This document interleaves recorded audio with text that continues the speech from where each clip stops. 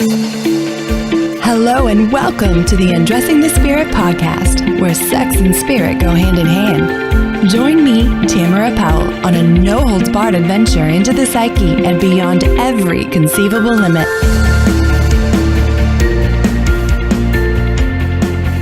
Welcome everyone. Before we get into today's actual broadcast, I want to offer a quick disclaimer.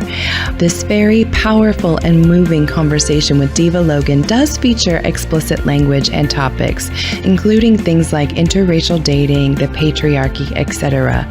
So if you happen to have small children around, I would suggest waiting and coming back to this broadcast at a later time.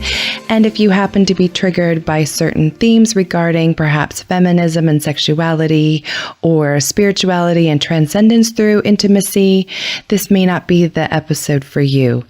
I hope it is. Please give it a shot because I can tell you this is amazingly huge. Without further ado, I give you Deva Logan. Welcome back to Undressing the Spirit. My guest today is Deva Logan. I'm so excited about this interview, guys, and I know you're going to be too. Deva is a sex-positive dating, love, and relationship enthusiast who helps people embrace their freedom. She works with men and women using sex and love to trigger life changes, which I think is freaking fantastic. Welcome, Deva.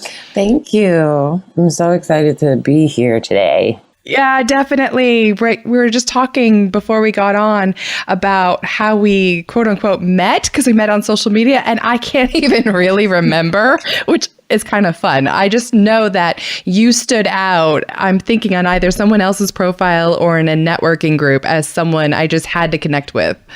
Well, thank you. I definitely have a lot to say, and I say it freely. Which, as my listeners know, will be a total Tams thing. Yes. As far as like my own private practice goes, that's something that I'm kind of known for, is I'm not the buttoned up therapist or life coach. If it needs to be said, let's just say it. Let's not dance around it. There's no point. Exactly. Yes. Nobody has time for that. No, we don't. Tell our listeners a little bit about how you got started in this industry and what brought you to talk so freely about sex in the way that you do. Because they don't even know yet. Like we say you talk freely, but girl, that's a whole nother level. You take freely to a higher echelon that I'm super psyched about. Well, I've been talking about sex and freedom all my life. My mother educated me very early, being a single parent. She educated me very early about my body and what it was supposed to do. I've always been a free spirit. I always said whatever was on my mind, even from the age of a small child. Like I just would open my mouth and whatever came out was exactly what was in my brain at that moment. So that's kind of how I got here. So yeah, and then I had a child. Well, I'm skipping like a whole bunch of years. I had a daughter and we can backtrack if we need to. I had a daughter and I had graduated with my associate's degree in the last couple of years and she was turning 2 and I looked up and I was like, I just missed a whole year of her life because I was in school, I was working and I was like, okay, well, I really don't want to do this anymore. I love the hospitality industry. I love food. I love wine. I love hotels. I love the fast pace of it. It fits with my personality. I like to plan. I like to be behind the scenes. I like to see people happy. So the hospitality industry was it for me. But I was working at the front desk of a hotel and I was just unhappy and miserable. I loved my boss, but I just wasn't happy. I wanted to be with my child.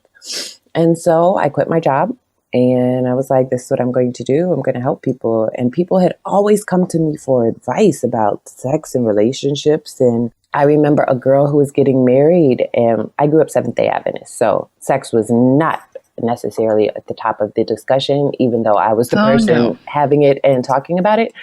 And so she came to me, she was like, Deva, I'm getting married and I have no idea what I'm supposed to do sexually. I was like, girl, come on, let's sit down. Let's have a conversation. I got you.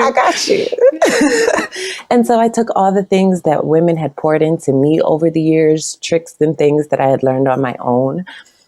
And we sat down and we had a conversation about sex. And And I realized that there are so many men and women walking around not understanding sexuality, their relationships, how that affects every aspect of their life, and how the one area that you're supposed to be free in, that you're naturally born with, the one area that we relate to people, relationships about relating to other people, not just romantically, but across the board. Like, people don't understand how all of these kind of fit together. And so they're walking around having horrible friendships, horrible relationships with their partner, horrible sex lives, not having orgasm, cheating, settling. And I'm just like, oh, you don't have, like, you still don't have to do that. Like, you really don't. And I was just talking to my partner this morning on the phone. I was just like, I love the fact that I feel bad for people that they can't really talk to their partner about anything. Like, we really do talk about everything. It's a truly open relationship, and it's the best relationship I've ever had. I'm so excited to hear that. Like, and I'm so glad that you started with that, because there were like two things that really jump out to me about you and your message and what you do. And that is definitely the first one, that sex is a part of everything. I mean, not only is sexuality imbued in almost every area of our culture, well, actually, I think every area of our culture, right? From media to music to, as you put it, the way that we talk to people. You just can't separate your sexuality or your sexual worldview from daily living. Not at all. Like, it is that's how we got here, is through sexuality, and to walk around negating that. Like, all of us are on this planet because somebody had sex, whether it was consensual or not. We all are here through sex. And to act like it doesn't exist, or that it doesn't affect how we live, work, breathe, move, is just silly to me. It's retarded. I agree. It's like we over compartmentalize it. Yeah. You were talking about growing up as, a little kid and already being just very open about it. My parents were too. Like, we might as well just call a penis and a vagina a penis and a vagina. There was no funny little words like flower taco or penis. And I have these women that come into my office in their 40s and 50s that still can't even say vulva or vagina or God forbid, pussy, right? And so so you've got that developmental stage of, okay, well, maybe we'll let children know their body parts. Right. And then we tell kids, don't have sex for the next, 20, 25 years, especially Seventh-day Adventists, or I grew up Assemblies of God, same thing. And then it's like, okay, now we're in the sex stage, and you get to have sex from like 25 to 50. And you're done. Yes. And then it's like, and then you get to move on to crochet. Right. Don't have sex unless you're married. Like, do you not test drive a car before you buy it? Really? Like, I get it. I understand it. But no. Sorry. Well, even for the clients that are still in that conservative worldview, I'm like, that's fine, but let's not deny the fact that you are still a sexual creature, and that sexual energy, it has to be going somewhere. Yes. One of my other guests is a Christian sex therapist, and she talked about doing dance or art, like that sacral chakra has got to be expressed. Yes. So I love your posts about how, you can be sensual even in conversation. You can be sensual in the way that you choose to dress yourself. And it's not about being a slut. No. There's this post that I have on Facebook, and one of the pictures is of me naked, like a side shot, not full forward. Even though I have those, I just haven't posted them on social media yet. And then the other side is me in this dress, and it's also from a side point of view, and I'm looking very classy, that classy in heels. And I'm like, can we just drop the shame? Like, I'm every woman. I'm the mother, I'm the daughter, I'm the slut, I'm the virgin. Like, I am every aspect of everything, because I'm me. Like, you have to embrace who you are. So many people look at sex and they feel like it's only sexual intercourse, and it's not. And that's where people get trapped. Like, food isn't just shit. food is like Preach. it's not like there's levels in cooking and beauty that goes into this, and the same with sex. Like everything you think, how you move, how you talk, that is all sexuality. And so many people just get caught in sexual intercourse and they want to define everything else as intimacy, but it's not necessarily intimacy. It's not. Right. Like intimacy is being open and exchanging with somebody, letting your guards down. That's not sex. Right. I love that Hallmarky type version of it where it says intimacy is into me see. Yes. Well, that encompasses a fuck ton of things, not just penile vaginal intercourse. Yes, exactly. And so it's like you can have intimacy with somebody instantly just by opening up and having an open conversation. But sex is something totally different. It's literally you start having sex. I tell people, you start having sex the moment you say hello to someone. In that moment, that's when you start having sex.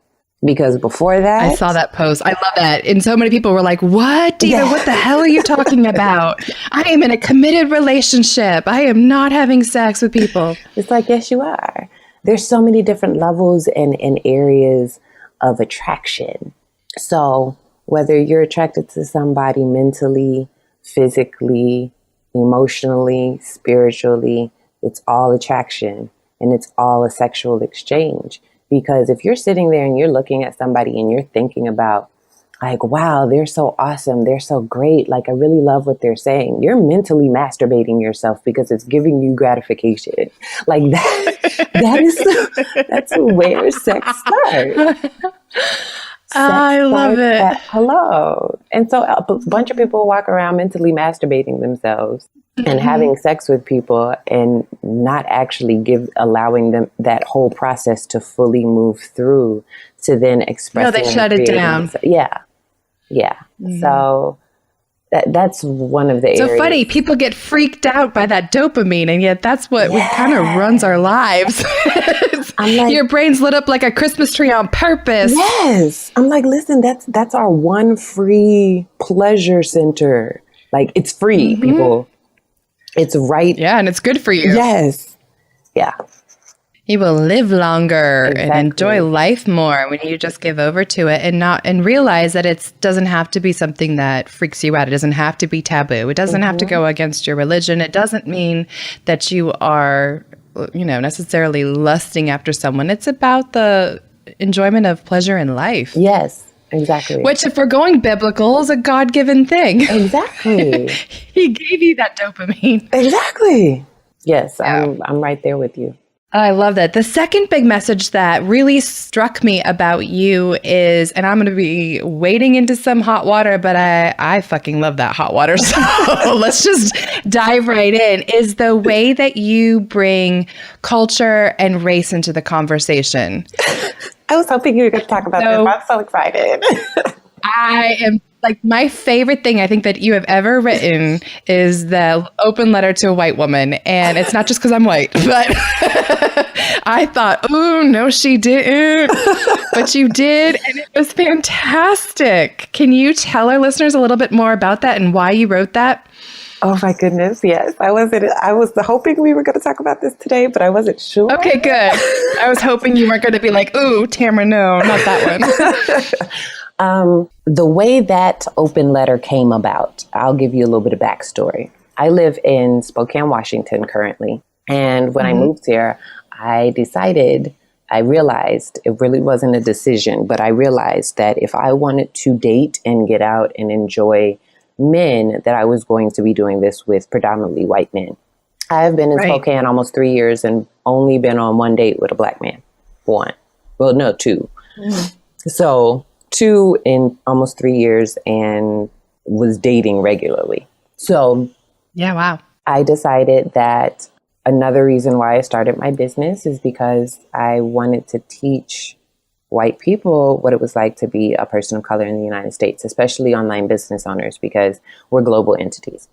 So when that didn't happen, I was dating a guy and broke up with him.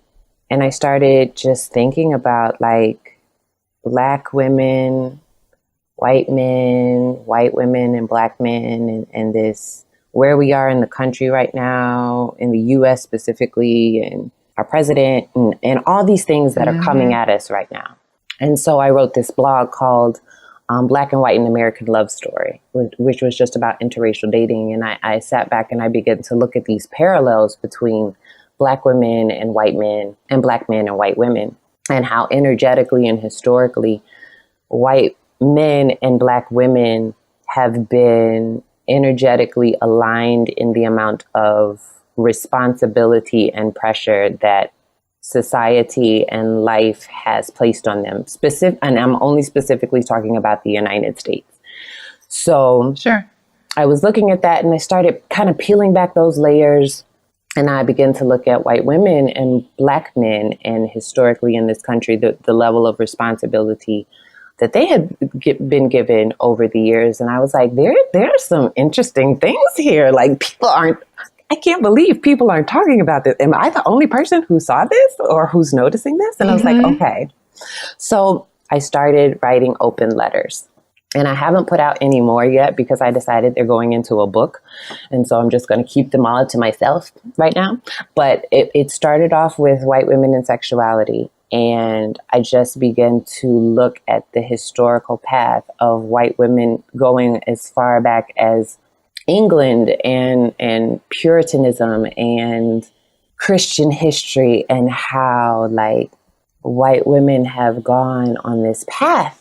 And here in 2017, we're not responsible for the path, but we've been walking it because of our ancestors, our grandparents, great-grandparents, all that.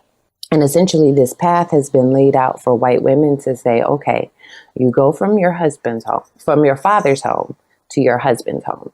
Your father owns your sexuality, and then your husband owns your sexuality. You are supposed to be sweet, kind, demure, girl next door. And you have some babies, and there you go. That's your life. Aren't you happy? Yes. Like, be happy. You produced a child. Congratulations. Woot. You made a man breakfast. Yay. And then achievement level unlocked. Exactly. That's all you get. And then feminism came along in the States, modern feminism, and women got the right to vote. And it's like, yay, be happy. You got jobs and you got the right to vote. Congratulations. And essentially what white women were looking for in feminism, because the feminist movement and the civil rights movement were happening simultaneously, but essentially the feminist movement was more for white women to get their autonomy and get their power. And the civil rights movement was for people of color to get that same autonomy and power. And at the time, anyway, I'm not even going to go down that road. So the feminist movement came along. It's a fascinating conversation. We might have to do a whole nother podcast on that. Yeah. So, and then as I was looking at the history, it wasn't until 1974 that a white woman could get a credit card without a man's signature, either her father or her husband's approval. Like 1974. Shut up. I did not know that. 1974. Wow. That's 43 years ago. I'm glad I was born in 79. I made it past that. 43 years ago, a woman could not get a credit card without a signature from her husband or her father. So this feminist what does that say about it? Exactly. This feminist movement that's been happening. And I'm like, okay, you got all these pieces, but you never actually got white women specifically, you never actually got what you were searching for. You never got it. What you wanted was taking back control of the essence of who you are, your sexuality, your power, the thing that makes you, your magic. And so blackgirlmagic came out and everything kind of exploded, and it was like, there was this pushback from many in the white community of just like, why can't we have this? I saw it. And it's just like, wait, whoa, stay in your lane. It was like a hashtag war on my social media. Like, stay in your lane. This is for us right now, ladies. Don't be mad. And it's almost like you almost have to people will take it very rudely, but it is, don't get mad because you haven't decided to step out and claim your own magic and autonomy. This is for us right now. But essentially, in that open letter, I talked about, Black girl magic and us understanding that it's not just the fact that we fuck. Like, that's not just it. It is who we are. And I call it the 3 pussies, the pussy in between your legs, in between your ribs, and in between your ears. And though the 3 so good. The 3 pussies, you are fully in control of at all given times. So all you have to do is decide that this is what I'm taking control of. I'm taking control of my brain. I'm taking control of my heart. And I'm taking control of my vagina. I'm taking back my magic. I'm going to find the magic that is me. Now, black girl magic is different depending on the Black woman. Like, for some, it is punk and sassy and afros and power to the people. And for some, it is head wraps and crystals. And for some, it's a combination of all. And for others, it is very intellectual. And for others still, it all kind of merges in there together and you begin to move. But all of us still love to dance. All of us still love to make love. All of us still have our own personality. We develop our own personality. And white women have to do that. White women need to go get what they were looking for when they burned their bras. Like, when you burn your bra, it's like saying, you no longer put me in a cage. I am myself. And I mentioned in that open letter that the white women who have historically held control over their lives were the women that they called whores. And if you begin looking at the United States history and women who moved out west who became prostitutes, they drove the economic and historical and political shape of the West. Those were the women who had control of their lives. They used their sexuality properly. And of course, we know women who use their sexuality to get what they want in an unethical way. But I can tell you right now. Yeah, it's not really about celebrating the whore. That's what I love about your message. It's about embracing the entire essence of being a woman. Yes. And you're right. The white women, we haven't really had much of a place to do that outside of the whore archetype. Exactly. And for Black women, we have been called whores for millennia since colonialism and not understanding how large hips and big butts and large breasts. And so there was this sort of suppression of that, along with the rape and pillage and molestation during slavery. And that's a whole other topic that we're not even going to go into today. But if you look at people who have had to struggle, whether it is financially, whether it is racially, whether it is socially, if you look at people who have had to fight for who they are, like literally fight for their sanity, you see this freedom that they have to be who they are because it belongs to them. It belongs to them. Right. And white women, I love that you mentioned it perfectly in your open letter. Like, we've sought it out in Tantra. We've sought it out in meditation and just yoga. Say exactly. And all right, and fine, once I'm married, I'll just open it up in my marriage. But it's just like you said, there's always this block, though. We're just still so dichotomized. It's either the whore or it's in some creative form. We don't have it in a whole, and I don't think the answer will likely be #whitegirlmagic, but there needs to be, that would be a whole nother problem. There needs to be some all-encompassing, I don't know, terminology and space to have this discourse in. And these Band-Aids have been historically an issue where it's not actually fixed. We'll just put a Band-Aid on it. Like, I'll just start meditating. I'll just start doing yoga. I'll start following Tony Robbins. I'll start, I'll just do. Don't get me wrong. I love Tony Robbins. Or I'll just move into that extreme, angry, feminist, male bashing, I hate men. And if a man is very aggressive, then I'm just, it's horrible to me. And you sit back and you look like, well, bitch, you're not getting fucked the way you want to get fucked. Like, you so angry. She's anything now. You No, can't and even again, get it's fucked just properly. overcompensating. Yeah. So the pendulum swings back in the other direction, and I've been sitting back watching this like, oh, you bitches are getting on my goddamn nerves. Like, fix this shit. Fix it now. We're trying, Deva. White girls like me are trying. So, yeah. But there's another aspect to this. So I did a free training, and I had, ladies sign up. We'll meet on this morning, and I'll teach you steps. I'll show you the steps to be able to pick up the essence of who you are while owning your whiteness. And nobody showed up. Not one woman showed up.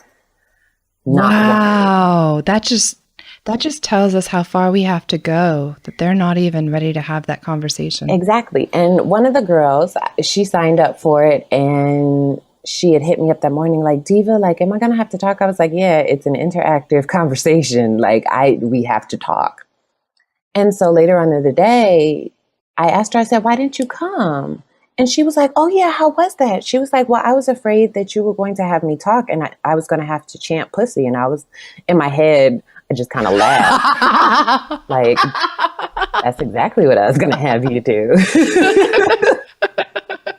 Like, you were going to say you pussy. Can't even claim it. Yeah. Yes. And so when I told her and nobody showed up, she was like, oh my gosh, like, that speaks volumes about white women. And I was like, okay, I have to step back from this. So I decided to reshape my entire business model, like reshape it completely. And that's why I decided that's one of the reasons why I haven't put out any more open letters, because I realized that this is deep. This is bigger than what even the small pieces that I saw. Like, this is so much deeper, and it has to be presented in a different type of way. So right now I'm on this whole revamping, but this essentially, these areas, these healing areas of different demographics, especially in the United States. I can't speak for any other group, but what I'm doing is giving white women permission to say, I love the skin that I'm in. I mean, even down to tanning. I put up a post about, is tanning the equivalent of skin lightening?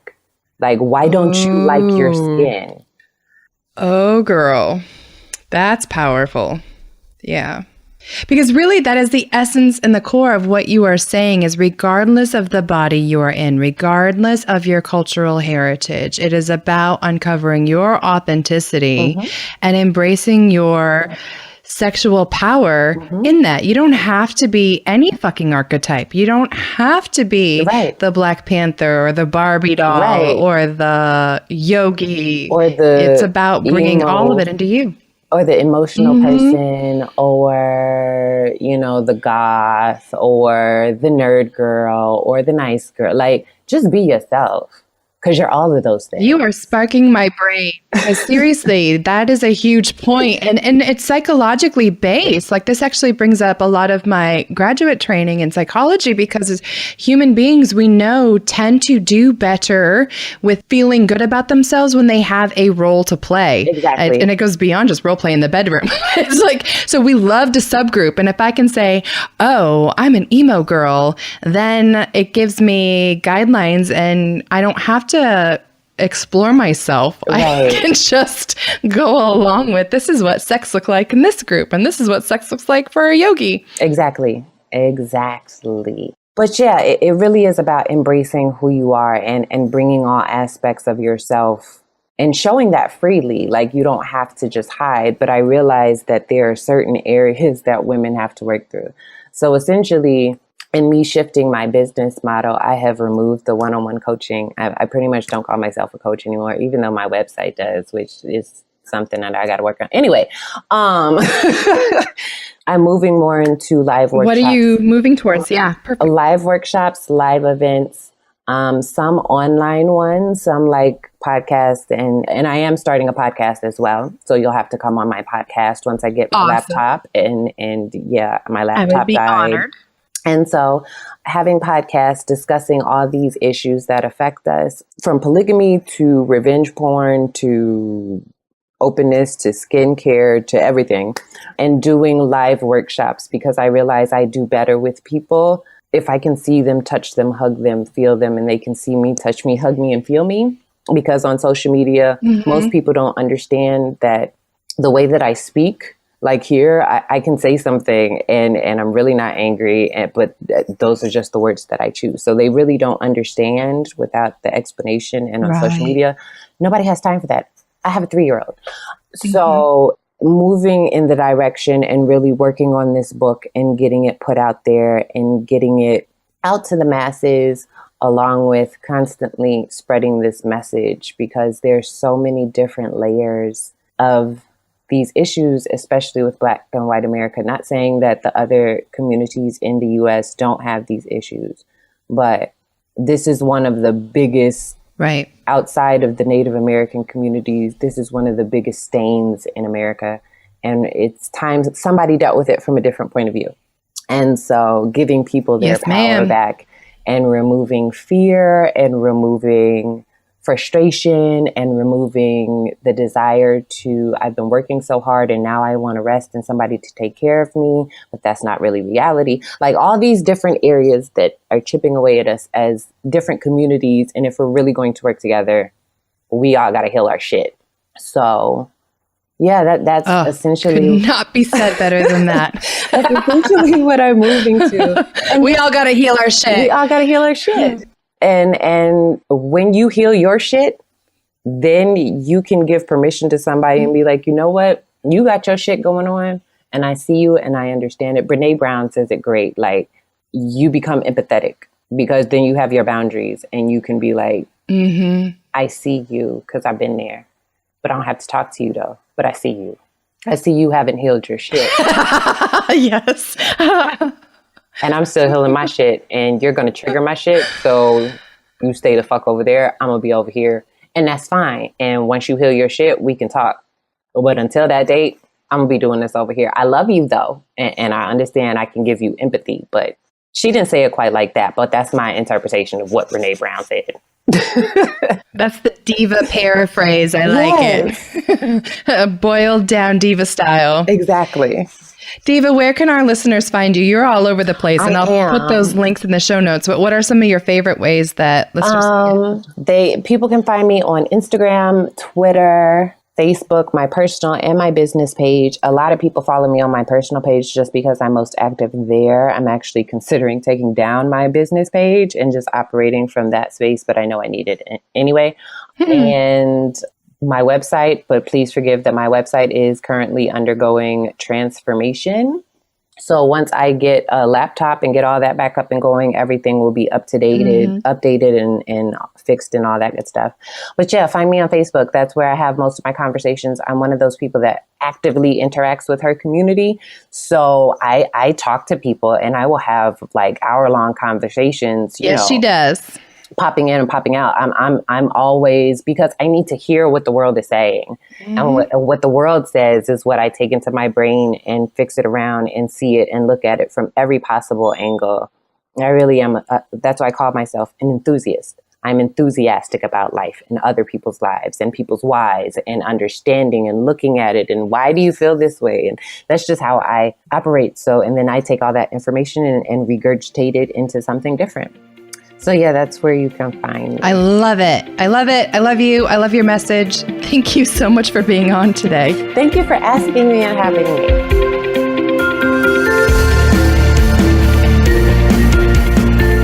Thanks for listening to the Undressing the Spirit podcast. I pray you found some inspiration and titillation today. As always, I am forever grateful for 5-star reviews, comments, and subscriptions on iTunes and anywhere else you may be listening to this broadcast. Please note the information provided is not meant to convey professional, psychological, or medical advice. If you could use such services, I highly recommend seeking them out from someone you trust. To get in touch with me personally, please check out ariatherapy.com or talesfromatrapezoid.com. Until next time, everyone.